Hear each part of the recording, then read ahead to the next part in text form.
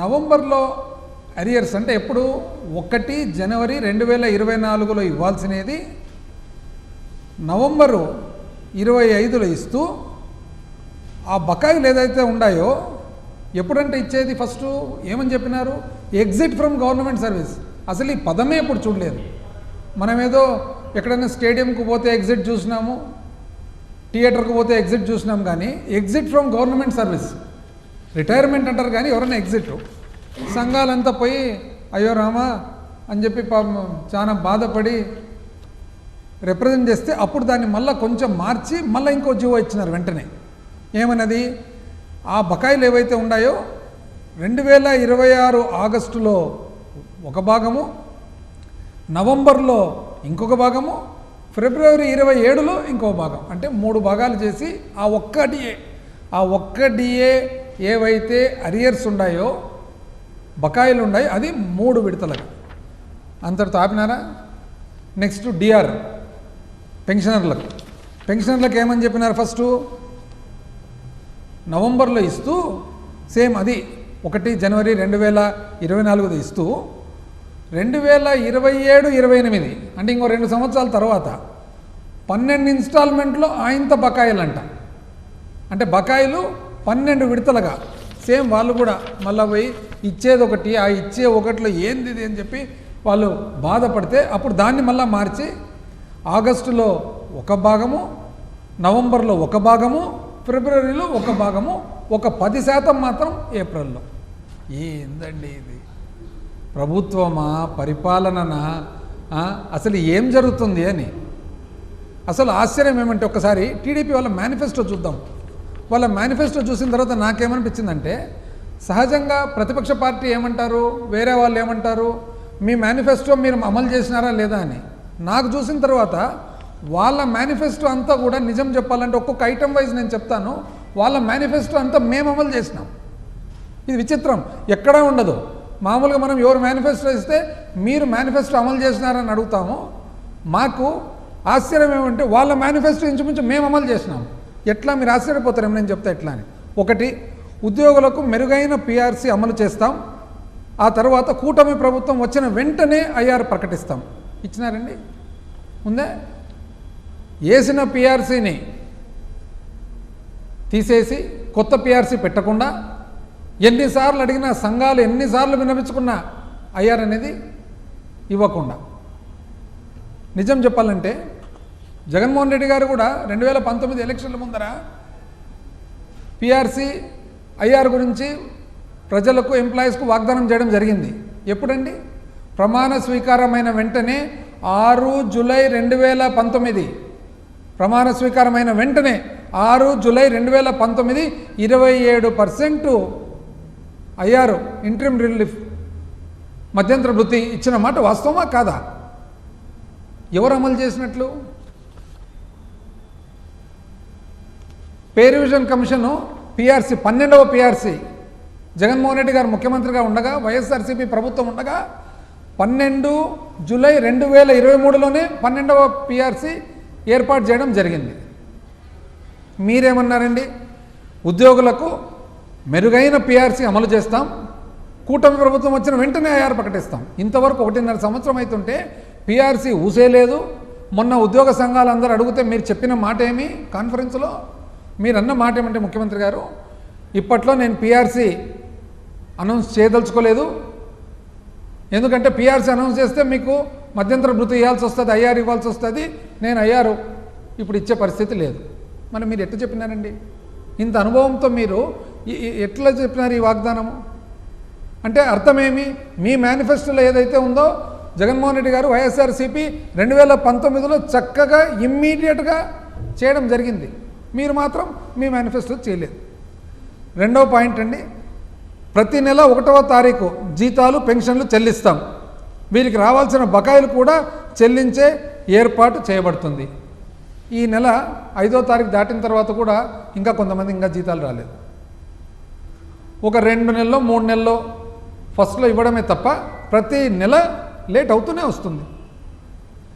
ఇదే సేమ్ వైఎస్ఆర్సీపీ ప్రభుత్వము 2024 దిగిపోయే ముందర జీపీఎఫ్ ప్రావిడెంట్ ఫండ్ 100% 1353 కోట్లు ఉద్యోగస్తుల బకాయిలు చెల్లించిన మాట వాస్తవమా కాదా? ఏపీజీఎల్ఐ 100% 312 కోట్లతో చెల్లించిన మాట వాస్తవమా కాదా? మెడికల్ రీయింబర్స్మెంటు ఈహెచ్ఎస్ 194 కోట్లు చెల్లించిన మాట వాస్తవమా కాదా?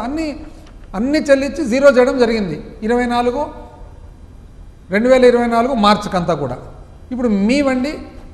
అదే కాకుండా వైఎస్ఆర్సీపీ ప్రభుత్వము 11 డిఏలు ఇవ్వడం జరిగింది. 11 డిఏలు 1 జూలై 2023 వరకు అన్ని డిఏలు కూడా ఇచ్చేయడం జరిగింది. ఈరోజు మీ బకాయిలండి, మీ బకాయిలు చూస్తే మీరేమన్న దాంట్లో వీరికి రావాల్సిన బకాయిలు కూడా చెల్లించే ఏర్పాటు చేయబడుతుంది. ఈ రోజుకి సరెండర్ లీవ్ 3 సరెండర్ లీవ్లు పెండింగ్ ఉన్న మాట వాస్తవమా కాదా? మీ ప్రభుత్వం వచ్చినప్పటి నుంచి ఎస్ఎల్ సరెండర్ లీవ్ పెండింగ్ ఉన్న మాట వాస్తవమా కాదా?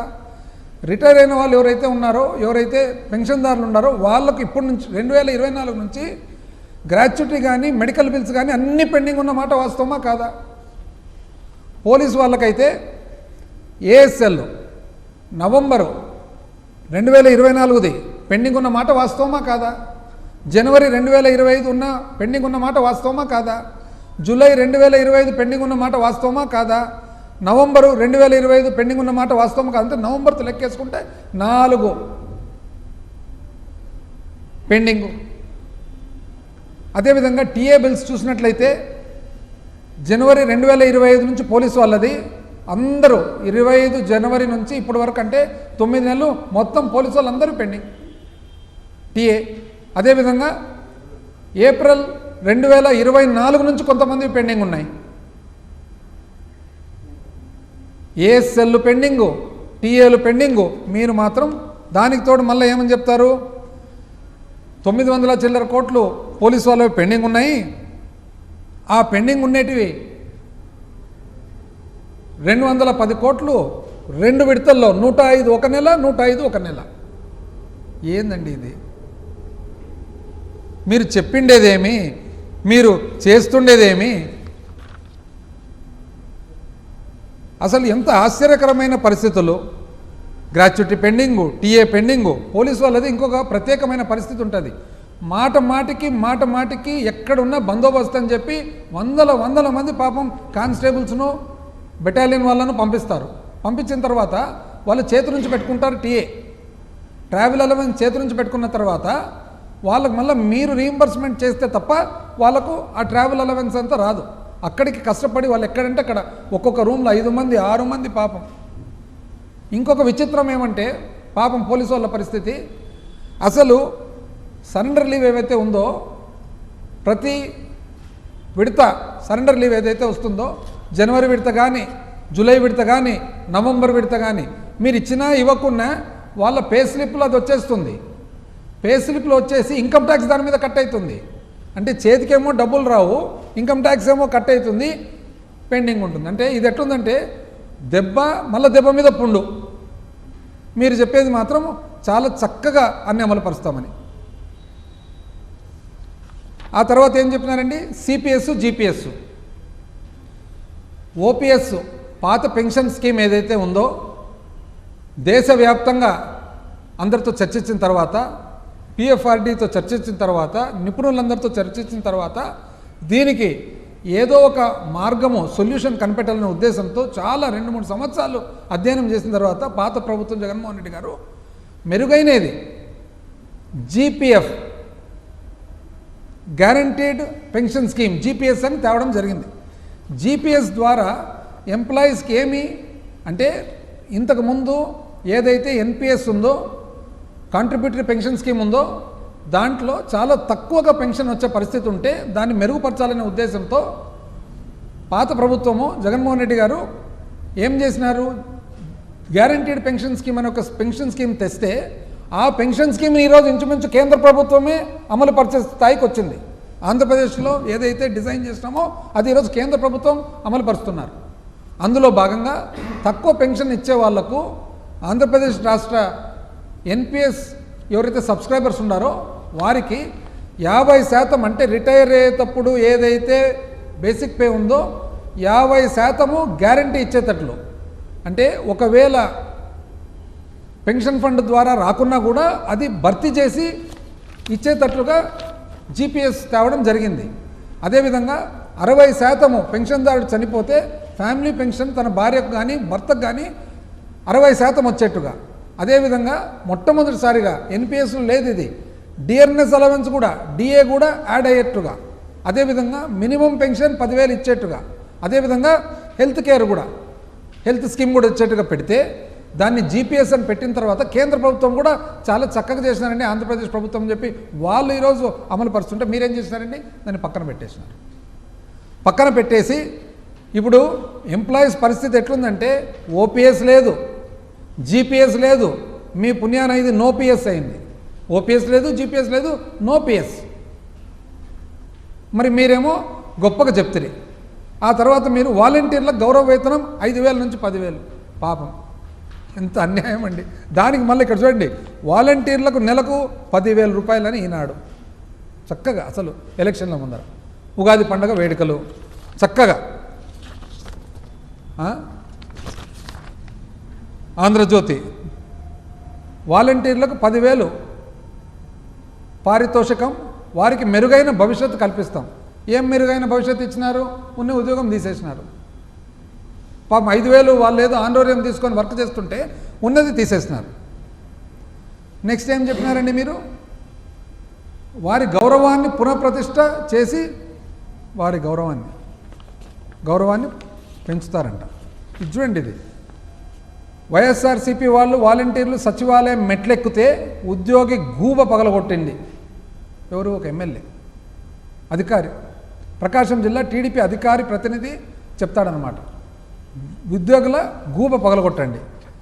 ఇంకో చోట చూస్తే బట్టిప్రోల్లో టీడీపీ బరితెగింపు, అధికార పార్టీ కార్యకర్త కావడంతో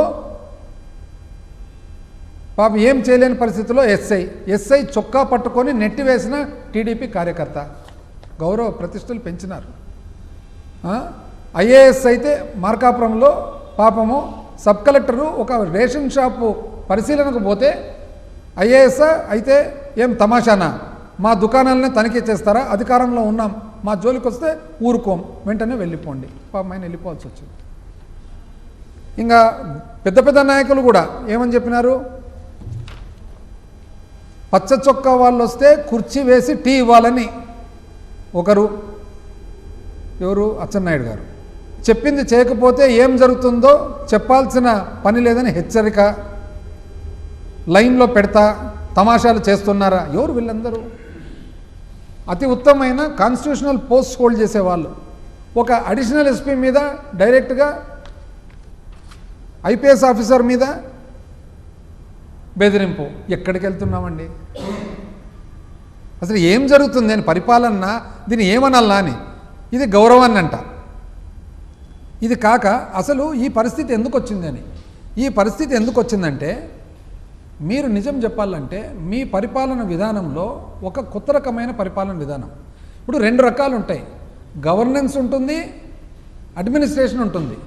గవర్నెన్స్ వచ్చేసి రాజకీయ నాయకులు పొలిటికల్ పార్టీస్ చేస్తారు, అడ్మినిస్ట్రేషన్ వచ్చేసి ఆఫీసర్లు ఎంప్లాయీస్ చేస్తారు. మీరెప్పుడు కూడా ప్రతిసారి మీ పరిపాలనలో మీరు క్రాస్ అయిపోతుంటారు. మీరు వచ్చి అధికారులు చేసే పని చేయాలా, లేదా మీ పార్టీ అధికారులు చేసే పని మీ పార్టీ కార్యకర్తలు చేయాలని చెప్పి మీరు ఎప్పుడు కూడా ఆశిస్తూ ఉంటారనమాట.